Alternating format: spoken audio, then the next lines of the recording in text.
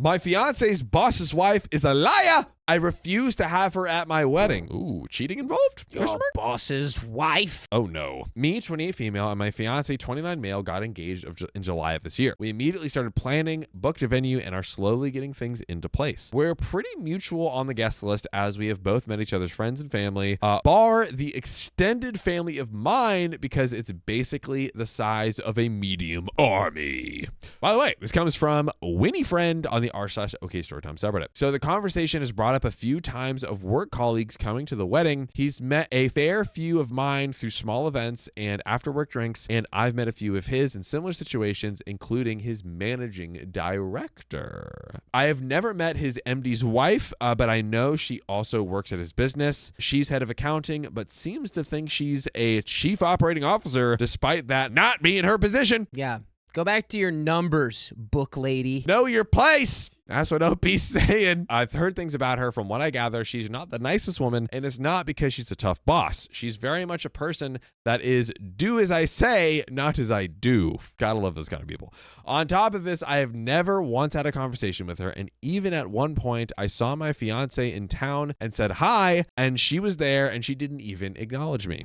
He says it's because she didn't know who I was, but the fact that I walked up to him and kissed him should have been a big enough hint. Yeah, that's not even a hint. That's like a big flashing sign. Hey, maybe she was like, oh, that's a mistress I'm going to disrespect.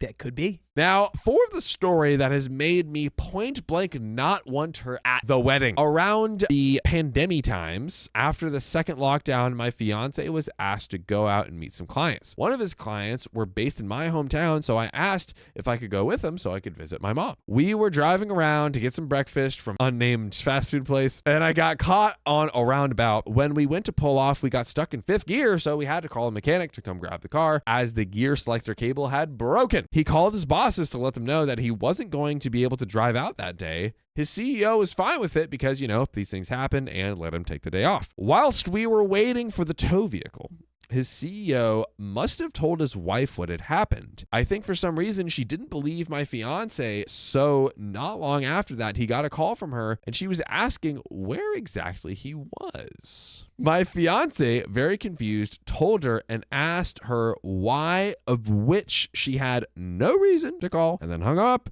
We were both so puzzled, but didn't think much of it. Fast forward, the tow van came and he dropped us and the car back to our house. Not even 15 minutes after being in this house, the CEO called and asked him to go into the office because they needed him in work. Again, this is weird, but my fiance caught the tram into work and left me confused as to what was going on. An hour or so later, he called me up and I could tell he was raging. He told me that his boss and his wife called him into a meeting to interrogate him because they didn't believe his car wasn't drivable. He was so insulted, rightfully so, that he asked why they'd ever think that he'd lie about that.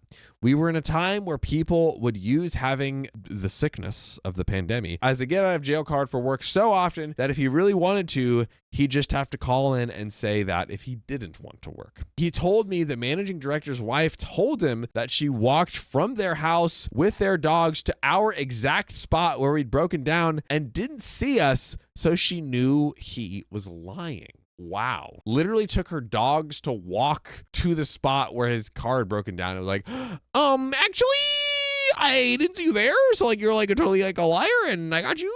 Yeah, they're like, if your car's not working, why aren't you in it? Am I wrong? Is that not what she's saying? Is your refrigerator running? Yeah. Good. That's what they always say. Good. It was at this point I heard his voice crack and I knew he was a whole new level of angry. I then started to get angry because they'd pushed him to that, and he then went on to tell me they threatened to fire him if they found out he was lying, and then sent him off his way to work for the rest of the day. Wow. Now, ladies, I know you can relate when I tell you there's no feeling that matches the maternal rage of wanting to protect a loved one that's been hurt. In that moment, I was ready to go into his office and throw hands with this bee, but I reframed. I spoke with him and calmed him down because they really weren't worth rising to. I made him put in writing that he won't be going out to visit clients free of charge anymore, and he is to be paid additional by the mile, and they would have to supplement for the business expense of the car insurance, of which I think they threw him a bit because he was their only sales runner, but they did agree. Fast forward again, my fiance and his MD talked things out after he realized that he was telling the truth and his boss apologized. You think his wife would apologize, but did she?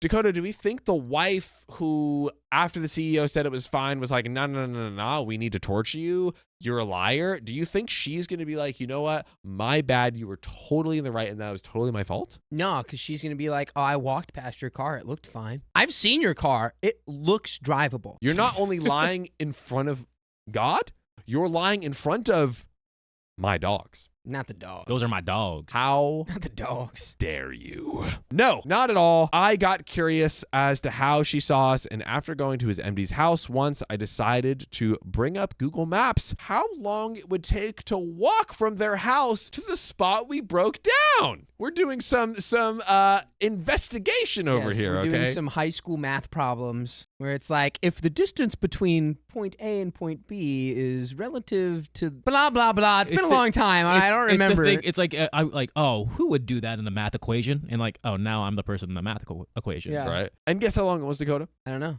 2 hours. It would take 2 hours. And you want to know how long we were waiting for recovery, folks? 45 minutes. There was no way she walked to us, not unless she's the bloody Flash. After I found out she lied, I despised her for having the audacity to call my man a liar when she stood there, made him feel like crap, all whilst lying herself. So now you know the backstory. You can understand why I don't want her near my wedding. I told my fiance I didn't want her there based on that story, the fact that she's never apologized, and the fact that I've never spoken to her, and that she's a horrible human. He told me that he just wants me to suck it up because basically he wants his boss there and she won't let him come if she isn't invited. It is the boss's wife. Why do you want your boss there? Let's be real.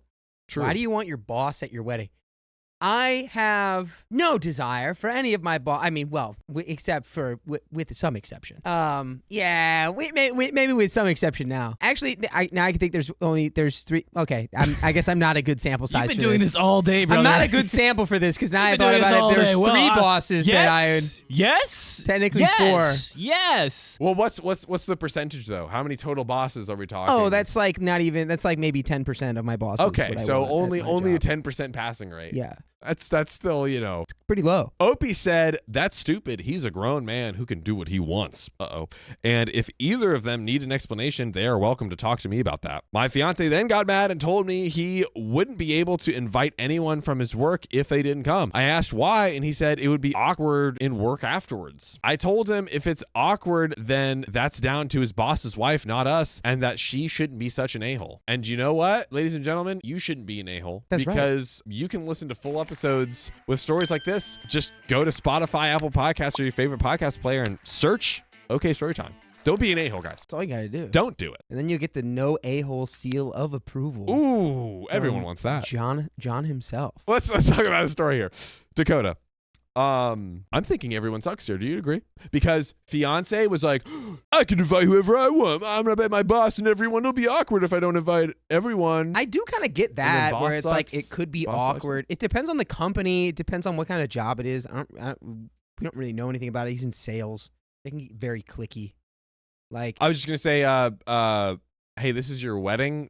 Do we need to use it for? It sounds like he's like politicking with it with the company, and it's like, you know what? Just enjoy the day, maybe. Yeah, it's like, but then if you do have friends that you want from your job that you're like that you would want there, then it does make it hard because if you don't want the boss feeling like you don't like him, because then he's not gonna like you. It's just like, it's a fact. You never want your boss to not like you because it's going to make your job more miserable. Like, that's just the way of that's the natural order of things. But I don't think necessarily, the problem here isn't even the boss, it's his wife. So yes. If you can have a contingency that somehow keeps the wife from like becoming like the COO of the wedding, or should I say the fake COO of the wedding. She's like, I have some numbers to crunch here. Let's really crunch the numbers on your wedding. You know what? She's the CFO. Chief Fake Officer. Yeah, she fake. Can't crunch any numbers there. CFO, she fake officer. Chief Fake Officer.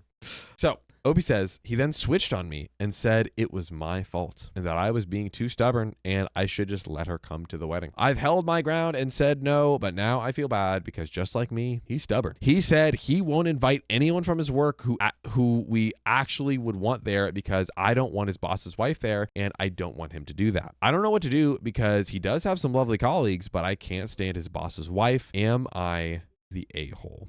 Actually, yeah, everyone sucks but OP. That's what I meant to say earlier. I don't know. Why is OP so concerned about it? Like, the boss, it's not even, OP doesn't work there. OP didn't have to go into the office and be accused of being a liar. OP is just caught up on the fact that the wife hasn't apologized, which, who cares? Her apology would be meaningless because she probably wouldn't even mean it. True. To play devil's advocate, I would say it's like, hey, you don't want someone you don't like or you feel brings negative energy to you at your wedding. Well, let's see. We got a little bit of the story left, or some relevant commenters, I might say, who might have their own take. Comment number 1, inviting someone who is consistently cold and rude to your fiance to your wedding may have unintended consequences. Think about how their behavior could impact your fiance's work environment and relationships with colleagues, including the MD in the long run. That's so funny. I thought they were saying the opposite, like, think about how it might make, like OP feel to have someone at their wedding, but they're like, no, think about fiance's work life, like being ruined for the rest of his career. You can't let you can't mess the money up. You can't mess the money up because then this person's winning. All this goes back to like, there's this weird, it like circles all the way back around. And if you like make all these decisions over one person who you don't want to be around, they're still winning. They're still, they're impacting your life so much that now you're making decisions just based upon their existence. This is impossible for me. Commenter says it's possible that you may not even interact with the MD's wife during the wedding, and she may not even attend the ceremony. So ask yourself, is standing firm on inviting her really worth potentially jeopardizing your fiance's work life and causing him undue stress and anxiety? Consider what's more important to you, being right or ensuring your fiance's happiness and well-being. Do you want him to be calling you every week anxious and upset because of the uncomfortable work environment you've created? Take a step back and think about the potential long-term effects of your decision. Is inviting someone who is rude to your fiance really worth the risk? I understand your reason, and my petty self would call her lie out, but him having a job is worth more than calling her out. I'm still undecided, but that's a convincing argument, but we're going to get into commenter number 2. If your fiance won't stand up and have a firm professional boundary with these people, I don't think you should be fighting that battle. This is sticky. I do understand where you're coming from. Nice. I did that for Dakota. Nice. I wouldn't want them to be there either. Why is your fiance hell-bent on having them there? Image/promo seems like too much. So we've got kind of like one take from each side so far. I can answer that, and it's because it's not in a vacuum. It's like because if you invite everyone but your boss is going to find out. Your boss is going to, and then that impacts your work. I don't even think it's about like making himself look good or getting a promotion. It's literally just, if we don't invite him, we can't invite the rest of my friends from work, who I would assume you'd want to be at your wedding. Commenter number 3, invite them and put them at a table by the kitchen at reception. Comment number 4, meh. For your fiance's sake, invite the troll. When she tries to congratulate you, look her up and down and walk off. But I'm just a petty biatch. Yeah, just give her the look her up. Yeah, I'd be proud of me too. See ya. And that's it. Goodbye. See ya.